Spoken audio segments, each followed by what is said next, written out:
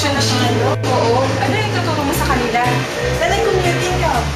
End user computing. Ako, sana naman patuto na sila ngayon. Makukulit. Oo nga, makukulit. Okay naman sila. Kaya nga eh. Sana makukulit. Sige, bye-bye.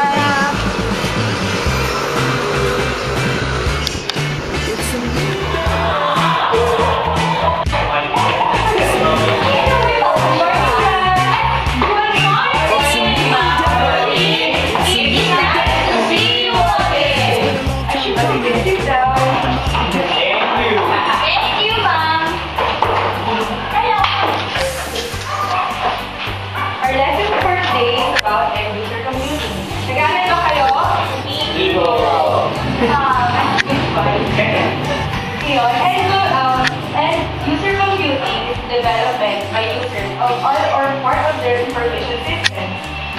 Sinong nakakagets nun? Sige nga, i-try na i-explain. Annie! Bata ako! Si Annie, ma'am! Sige ako na. Bali yung end-user computing.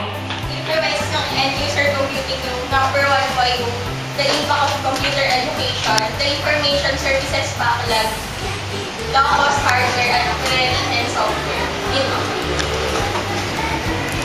Ano kayo? Oh, very good. Ngayon, teka, bago tayo muna pumunta sa main influences, i-define muna natin ang end-user computing. End-user computing is the development by users of all or part of their information systems. Bali, ginagamit siya ng end-user, thus the end-user computing. Ang end-user ay synonymous with the user, or he or she uses the end product of a computer-based system. Yung alam na natin yan, ano ba yung mga benefits ng end-user computing? Sino nakakalam? Ay nako, sige, ako na. Ang benefit,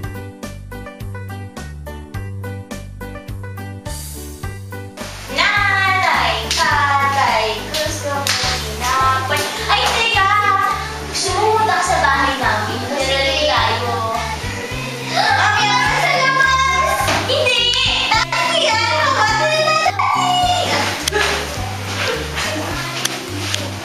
Happy picture! Tara, uwi na tayo mga bata. Init, grabe.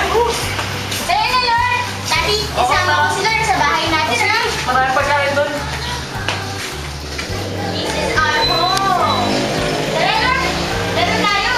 Tara, tara. Daddy, bilisan mo! Daddy, bilisan mo! Tara, Daddy!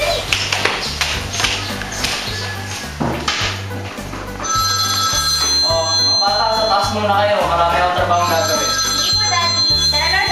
Lord! Tara, Daddy! Marami akong Barbie, mga bago. Bakit naglalaro ng Barbie? Bakit naman?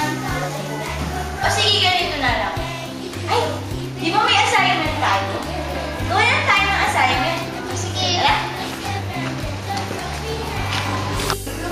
Ayun yung mga Barbie, oh. Sayang naman, maglalaro sana tayo. Sige na nga, tatabi ko na lang. Ihanda mo na yung assignment natin. Turuan mo ko, ha? Naku, ang gaganda ng mga Barbie, oh. Ayaw mo ba talaga maglaro? Ayaw mo.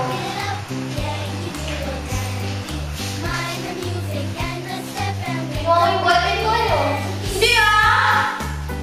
Gusto mo ng ballpen, bigyan pa kita ng madami.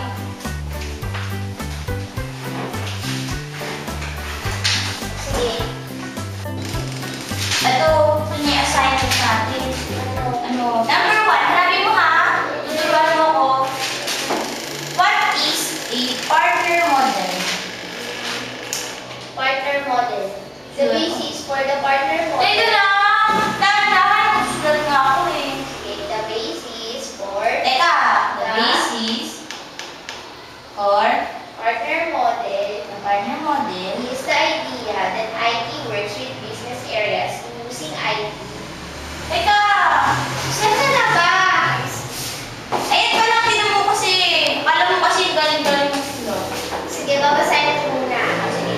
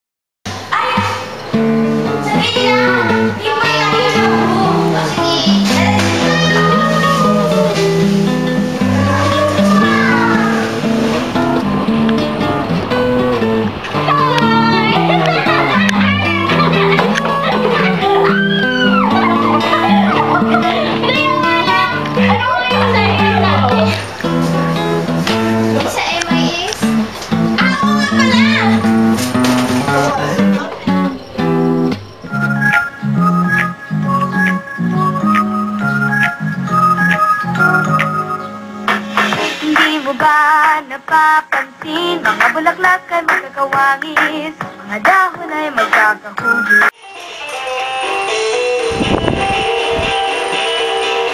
Ganito yan! Partner model.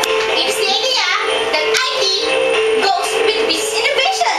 It is responsible for value innovation, strategic planning, infrastructure management, and services provisioning. Tama yan? Platform model. IT will not actively participate in business, but will provide networks.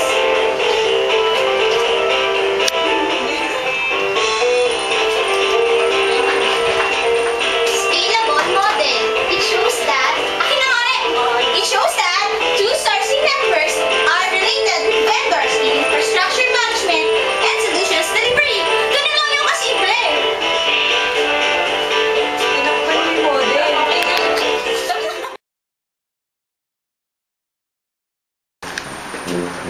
Mr. Magkulang, ito ba? Ayan. Deadline yan mamaya ah.